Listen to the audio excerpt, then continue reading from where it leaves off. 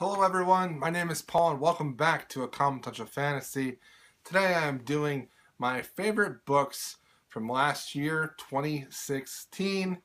I tried to think of a different way to do this, so I am making categories that books that I read that I really liked, where they fall into those categories, and it should be a lot of fun. Alright, the first category I have are books that are extremely entertaining. The books that entertained me the most this last year. So first off, I'm going to go with the Red Rising trilogy by Pierce Brown. This is Golden Sun and Morning Star here. And this whole trilogy just really was an entertaining read because I never really knew where Pierce Brown was taking this story. Uh, Darrow just basically plays things by ear and does what he thinks is right in the moment. And because of that, these books were so unpredictable and just exciting for me. And I really liked that trilogy a lot. Also, Theft of Swords by Michael J. Sullivan. Traditional fantasy that has been written relatively recent, but done really well. And it was just a lot of fun, exciting, and easy read. And what's cool about Michael J. Sullivan is he writes books, series all together. So you can go back and edit things in the first book or the second book and have them all kind of connect to the third book, which is really cool and a lot of fun to read. My second category are books that really challenged me intellectually and that I really liked intellectually. The first book out of those was Red Mars by Kim Stanley Robinson. This is a book about the colonization of Mars. And what really spurred my intellect was the engineering that took place on Mars and the detail that Kim Stanley Robinson put into creating these structures, vehicles, and the ideas of keeping Mars the way it is or changing it to something different, something livable. The conservation topics in this book really just were amazing to me, and I really liked it. Also, another Kim Stanley Robinson book was Aurora. This is another hard science fiction book. So amazing, so detailed. I struggled at times, but it was definitely the type of book when you finish it, you're like, oh, I am so happy I read that, because it makes you feel like you accomplished something. And the details that went into the ecology of a live ship, I'm sorry, not a live ship, but a generational ship that goes to another galaxy was just fantastic, and I loved it.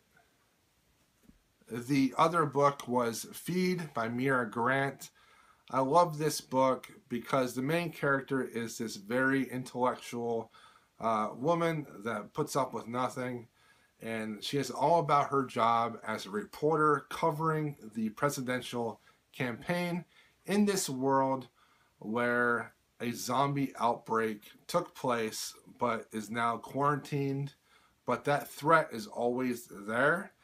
And it was amazing how many things that was referenced in that book relate to our own real life politics. And I was just blown away by that book and that character. Fantastic. Feed by Mira Grant. Even though I didn't care for the sequel, I really, really liked the first one. The next category are books that gave me a sense of wonder. And the first one was Alistair Reynolds' The Prefect. I think all of Alistair Reynolds' books just blow me away by the amount of detail and imagination that goes into this universe, a space building where AIs and people are integrated to a degree where you can't really even distinguish between them. And in this one, there's like a murder mystery, and he just does it so well. And it just makes me it just makes me in awe of his ability to create these worlds, and the world building was just spectacular.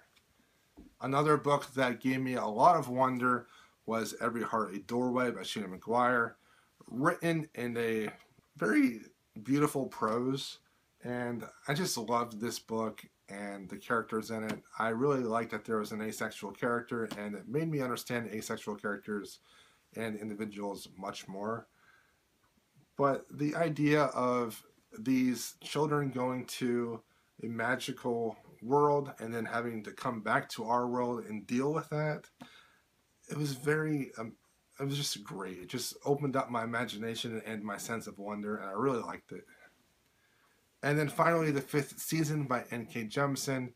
You can't read this book without feeling a sense of awe and wonder at the world building that N.K. Jemisin creates in this book.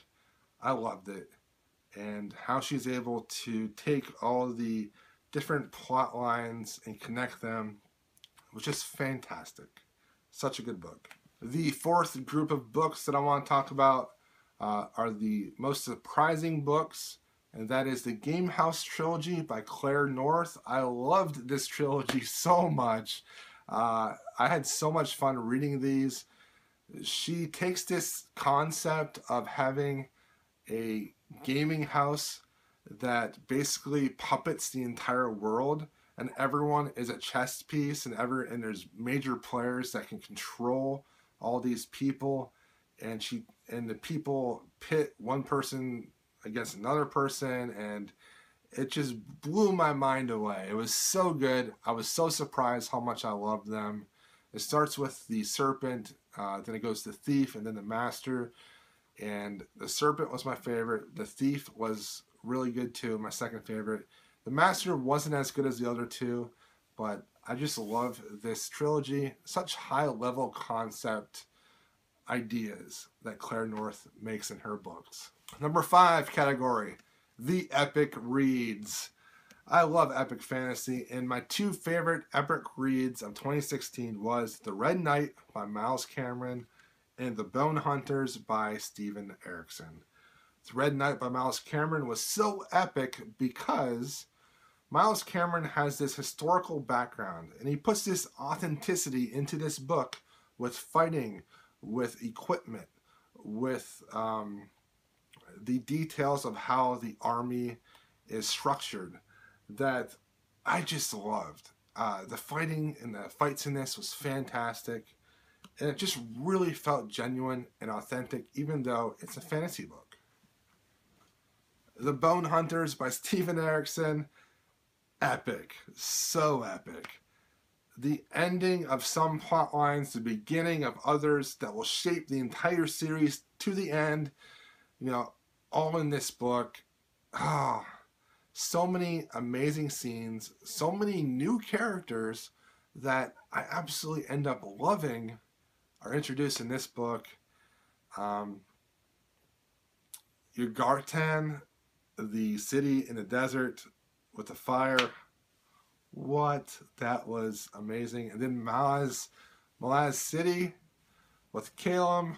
What? Oh, such an epic book that I absolutely loved. All right, emotional books. I read some emotional books this year as well. One of them was A Monster Calls by Patrick Ness. Beautiful, heartbreaking, lovely,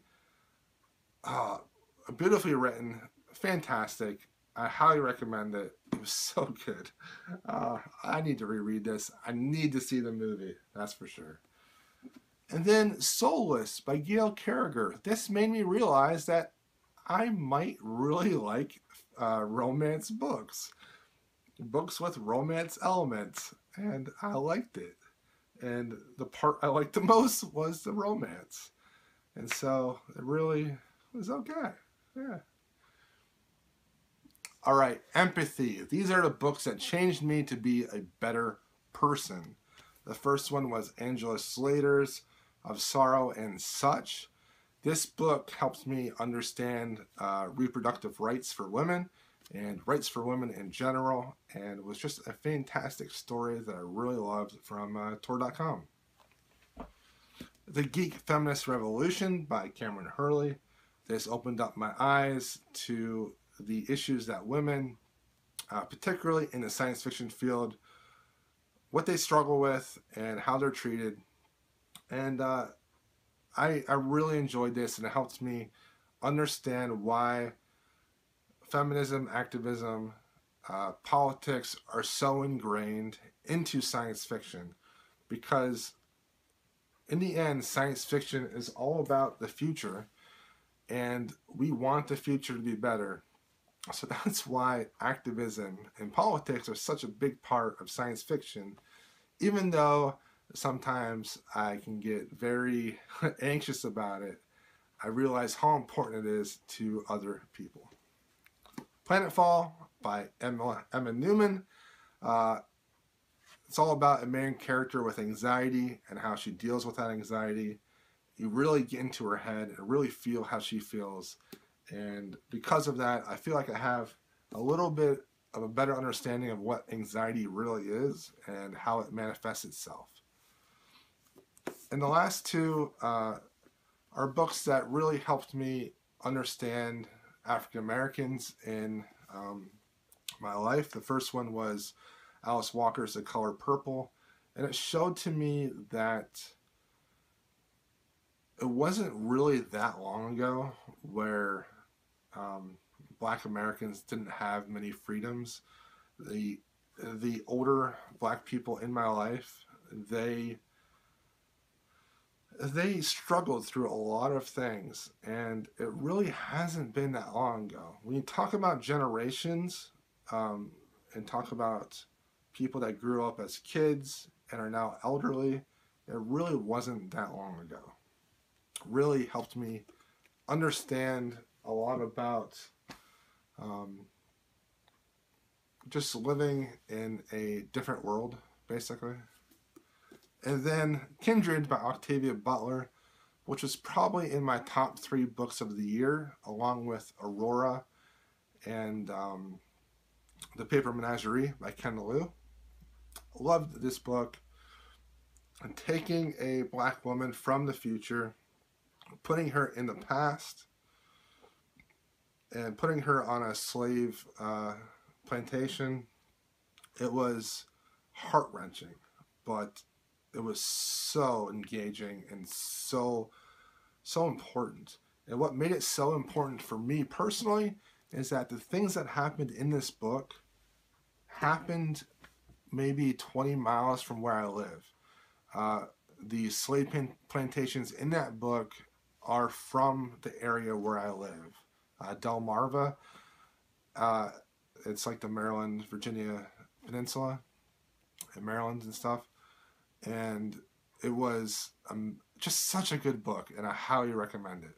Lastly, the books that changed me as a reader, that from now on, I'll be a completely different reader because of these books. The first one was Ken Liu's The Paper Menagerie. Last year, I really read a lot more short fiction, and I found out that I love short fiction, and I want to make it a priority in my reading. And The Paper Menagerie was the best thing I read last year as far as short fiction, and I loved it. The stories made me think, made me cry. All the emotions that I've talked about today were in this book, and I loved it. Like I said, this, Kindred, and Aurora are my top 3 books of last year. Also last year, I really got into comic books, and I love comic books so much now. It's a part of my life. Some of the trades that I loved last year were Sandman Volume 6, such great stories. We have Descender Volume 1 and Volume 2. We have Batman from Scott Snyder and Greg Capullo. This is from the New 52 Batman, starting with A Court of Owls, and then Volume 3 was The Death of the Family. So good. The best Batman ever. And then Giant Days by John Allison. I loved these graphic novels so much. And now I go to the comic store all the time, and I buy individual comics every week. And I love comic books now. I've probably bought about 200 comic books this year. and I love them. I just do now. So that is my reading from 2016. That's how I've changed as a person, what I really enjoyed, how I felt about books, and how my reading really changed. It was a great year. I'm looking forward to 2017. I'm looking forward to seeing what books really make a big impact for me in 2017. And I hope you guys will enjoy the books that I talk about in 2017. And hopefully you guys will pick some great books up too. Please comment below if you've read any of these things or just want to chat. Thank you.